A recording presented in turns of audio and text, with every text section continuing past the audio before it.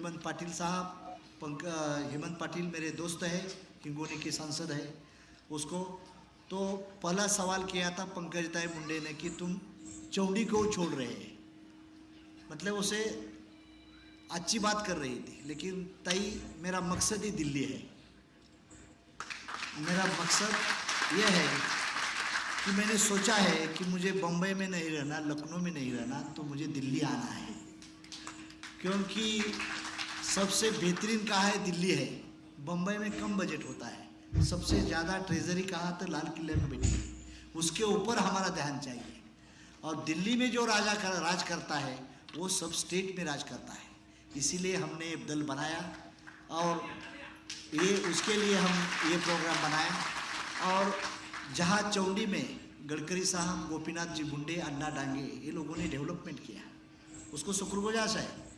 लेकिन खाली मुझे डेवलपमेंट की बात नहीं करना, तो दबे कुचले लोगों ने इस देश के ऊपर राज करना, ये मेरा मकसद है। हम अभी भेड़ बकरी के चक्कर में फंसे नहीं हुए। इस देश के अंदर हमारे ब्यूरोक्रेसी और जुडिशरी और इस देश का शासक हमारा समाज बनना चाहिए, ये मेरा मकसद है। छत्रपति शिवाजी राजे खाली सतारा से राज करते थे तो छत्रपति राजा नहीं बनते थे। बाबा साहब आम्बेडकर दिल्ली में नहीं आके पार्लियामेंट में एमपी और मिनिस्टर नहीं बनते तो दलितों का हित नहीं होता था। शाहू राजा इस देश का सबसे अच्छा राजा था, उसने इस देश में पहला रिजर्वेशन पॉलिसी अडॉप्ट किया था। वो शाहू राजा राजा नहीं बनता तो किसी को आरक्षण नहीं मिलता था। मेरा मकसद आज आरक्षण मांगने वाला समाज नहीं बनना चाहिए, आरक्षण देने वाला समाज बनना चाहिए, ये मेरा मकसद है। इस देश में हमारी पॉपुलेशन ज़्यादा है। हेमंत पाटिल साहब, आपकी हालत खराब है, मराठा समाज के उससे बदतर धनगर और बंजारे की भी हालत खराब है। जिस राजा ने सभी को रिजर्वेशन दिया था 100 साल पहले, 150 साल पहले, वो राजा के कम्युनिटी को आज आरक्षण मांगना पड़ता है, ये दुख की बात है। तो खाली चीफ मिनिस्टर बनने से हमारे समाज का भला नहीं होगा। इस देश का प्रधानमंत्री बनेगा तब तक तुम्हारे समाज का भला होगा, ये हमें सोचना चाहिए। और वो भी कौन सी पार्टी चाहिए? हमारी बहन की पार्टी से नहीं समाज का हित होगा, हमारी बहन की पार्टी से समाज नहीं है, समाज होगा। जरूर मेरी बहन चीफ मिनिस्टर बन जाएगी, लेकिन समाज का हित नहीं होगा, क्योंकि रिमोट कंट्रोल उसका अलग रहेगा, वो मालिक तीसरा ही रहेगा। फॉर एग्जाम्पल मैं बताना चाहता हूँ, इस देश में बंजारा समाज है, आंध्रा में वो एससी में है, कर्नाटक में वो एसटी में है, लेकिन महाराष्ट्र में एनटी में है। जिस समाज के 3 चीफ मिनिस्टर बने होते हुए भी हमारे गोरमाटी समाज को आज भी न्याय नहीं मिला। इसीलिए बहन जी, मुझे पार्टी बनानी पड़ी और 40 साल मैं घर नहीं गया, शादी नहीं किया। मेरा पैदाश ही, मेरा जन्म कहा हुआ भेड़ बकरी के पीछे हुआ, लेकिन मैंने लोगों को गाली दिया कि भेड़ बकरी मत संभालो, अभी इस देश का राजपाट तुझे चलाना है। जब तक तुम राजपाट नहीं बनेगा, मिनिस्टर बहुत हुए हेमंत पाटिल, चीफ मिनिस्टर भी बहुत हुए, पवार साहब हुए, यशवंतराव चौहान हुए, हमारे मुंडे साहब भी हो गए, वसंतराव नायक हुए, सुधाकर नायक हुए, भुजबल साहब भी हो रहे। लेकिन समाज का हित होने के लिए हमें सर्व विकास समाज का भला करना है, तो हमें हमारी पॉलिटिकल दल बढ़ाना चाहिए, ये मेरा मकसद है। इसीलिए मेरे साथ अभी ठाकुर भी है, कई पंडित भी है, कई दलित भी है, कई मुसलमान के लड़के हैं। सब समाज को लेके आज हम इस देश के 4 स्टेट में हमारी पार्टी को टेक्निकल मान्यता मिल चुकी है और 2 जगह मिल जाएगी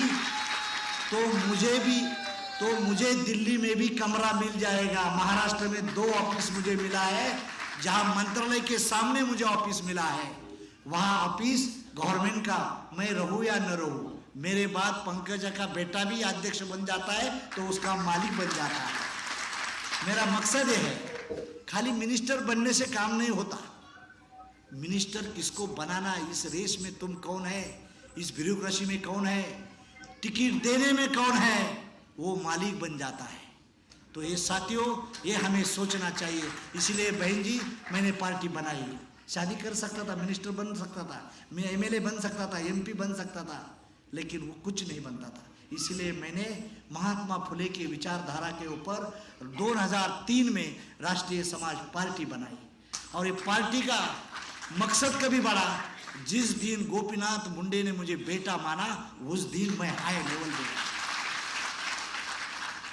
31 मई को हेमंत पाटिल मुंडे साहब मिनिस्टर बनने के बाद मेरे सभा को आए थे, मेरे सभा। दुख की बात यह है कि 3 तारीख को साहब का देहांत हो चुका। आज जो गोपीनाथ मुंडे रहता था तो महादेव जानकर सेंटर में राष्ट्रीय समाज पार्टी का मिनिस्टर रहता था, ये मैं दावा के बाद। लेकिन दुख की बात है हम कम नसीब वाले हैं। मेरी आपको रिक्वेस्ट है कि हम बनाएंगे, गोपीनाथ मुंडे का सपना साकार करेंगे, साकार करेंगे। मेरा एक कैंडिडेट जिला पंचायत का कैंडिडेट था कानपुर में, वो बोले गोपीनाथ मुंडे के जात वाले को महादेव जानकर ने एमएलए किया है, तो मैं भी जानकर साहब के टिकट से लड़ना चाहता हूँ। और बहन जी तुम्हारी पार्टी की छोड़ के मेरे पार्टी छोड़ जीत के आया, वो जिला पंचायत का मेंबर बन गया। मैं ये क्यों बताना चाहता हूँ, मेरे 28 कारपोरेटर मोदी साहब की स्टेट में है, करजन नगर पालिका उसमें है, बड़ौदा में है, और एक मेरा एमएलए की सीट खाली 1200 वोट से हार गई है, 1200 वोट से। मैं अगली बार ये चल रहा हूँ परभनी, माड़ा, बारामती और मिर्जापुर से भी लड़ना चाहता हूँ। मैं उत्तर प्रदेश से मिर्जापुर से लड़ना। मुझे मालूम है हेमंत पाटिल मैं पहला एमपी के टिकट लड़ा नांदेड़ से, दूसरी बार लड़ा सांगली से, तीसरी बार लड़ा माड़ा से, और चौथी बार लड़ा मैं बारामती से। चारों जगह मैं हार गया, लेकिन मेरी पार्टी बढ़ गई, मेरे एमएलए बन गए। लेकिन ताई की पार्टी ने मुझे ऊपर भरोसा नहीं रखा, मुझे क्या किया, फंसाने की कोशिश किया, तभी भी मेरी पार्टी एक जीत गई। क्या हो गया, 2 कैंडिडेट मेरे दिए थे, वो भी कैंडिडेट हड़प लिया, लेकिन मैं जीत किया। और गंगाखेड़ की सीट मेरे बलबूते पर, मेरी बहन की सपोर्ट या आंदोलन थी, उसने मुझे मैं जीत के लाया, और रत्नाकर गुट्टी जीत के लाया। मैं आपको बताना चाहता हूँ अगली बार हमें आप नहीं साथ में लेंगे तो मुझे तो सब न्योता दे रहे, सब न्योता दे रहे, हम वो भी तैयारी करेंगे। हम तो साथियों, यूपी के भाई हमारे चंद्रपाल ने बोला कि बीजेपी ऐसी है वैसी है। बीजेपी के बारे में खिलाफ नहीं बात करना, पर तुम पार्टी के प्रेसिडेंट है, तुम्हारी पार्टी की राह रखना चाहिए था कि हम के बलबूते पर बीजेपी और कांग्रेस और समाजवादी हमें साथ ले या नहीं ले, हमारे बलबूते पे हम एमएलए जिता के लाएंगे, ये कहना चाहिए था। लेकिन दुख की बात है हमारे लोगों को मैं आप अपील करना चाहता हूँ, दिल्ली सेक्टर में हम बढ़ जाए। अंतरपाल जी है, बहुत बड़े उद्योगपति है, हमारे पीछे बैठे वाले उद्योगपति है, इतने बड़े हैं कि हजार लोग उसके इंडस्ट्री में काम कर रहे हैं। बहन जी 5 एकड़ में उसका महल है, मैं खाना खाने के लिए गया था, इतने बड़े धनगर है, मुझे मालूम भी नहीं था। वो बोला मैं हेलीकॉप्टर ले रहा हूँ, अरे बहुत अच्छा हो गया, मेरे पार्टी के प्रचार के लिए हेलीकॉप्टर मिले, पैसे वाले। ये अमूल डेयरी का जो दिल्ली का प्रोडक्शन चालू किया है, वो बगल वाला बैठा हुआ वो इंडस्ट्रियलिस्ट है, वो बहुत बड़ा इंडस्ट्रियलिस्ट है, सब अमूल का प्रोडक्ट कर रहा है। मारुति कार का इंजन बनाने वाला पीछे बैठा है, खड़ा रहो, वो हरियाणा का है।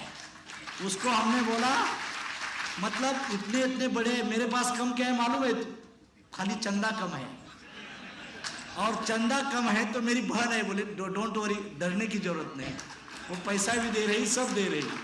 तो साथियों, गोयल साहब आपको भी आगे देखना है। गोयल साहब ये सब समाज की पार्टी है, आप हमारे पीयूष गोयल बन जाइए, हमारे पार्टी के, आप भी गोयल बन जाइए। हाँ तैयार है, ओके, ये भी बहुत बड़ा बिल्डर है। तो साथियों, मेरा मकसद ये है कि सभी को साथ में लेके जाना है, हम किसी के खिलाफ नहीं, किसी धर्म के नहीं। अहिल्याबाई होलकर के ऊपर इतिहासकारों ने अन्याय किया है, खाली मंदिर बनाया दिखाया है उसने, लेकिन उत्कृष्ट मस्जिद, गुरुद्वारा और चर्च भी उसने अच्छा बनाया, चर्च भी उसने बनाया, लेकिन इतिहासकारों ने दबाया है। जिस ढंग से इतिहास आना चाहिए था उस ढंग से इतिहास नहीं आया। तो ताकि हमारे लोगों को मेरा मकसद ये है कि अहिल्याबाई जयंती तो हमारा बहाना है, दिल्ली हमारा जाना तो आखिरी निशाना है। दिल्ली जाना तो दहन, दिल्ली के ऊपर, और दूसरे से दल से नहीं है, राष्ट्रीय समाज पार्टी से दल से दिल्ली जाना है, ये सोचिए। इसीलिए आपको आगे जाना है। मैं आज धन्यवाद देना चाहता हूँ गडकरी साहब, वो बड़े आदमी हैं, वो आए, टाइम दिया, चीफ मिनिस्टर उसके तई। मैं उसको 10 दिन पहले मेरे पीए ने एप्लीकेशन दिया था, लेकिन उसको मिला नहीं था, कल दिया, वो आए। और मेरी बहन तो मेरी घर की है, वो कभी भी आएगी, और राष्ट्रीय समाज पार्टी तुझे चीफ मिनिस्टर करेगा, मैं वादा करता हूँ आपको, दूसरा कोई नहीं करेगा। हम रहेगा जिस दिन, कुतने क्या डरने की जरूरत नहीं है, कोई डरने की जरूरत नहीं। हम किसी के पास भीख मांगने के लिए नहीं जा रहे हैं, जिसको जरूरत है वो हमारे पास आएगा, जिसके जरूरत है हमारी, तब हमारे साथ अलायंस करेगा, हम उसके घर में जाने के लिए नहीं।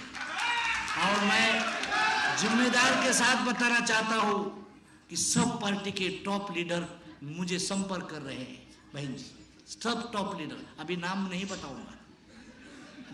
बताऊंगा, लेकिन मैं किसी पार्टी का एमएलए नहीं बनूंगा, किसी पार्टी का एमपी नहीं बनूंगा।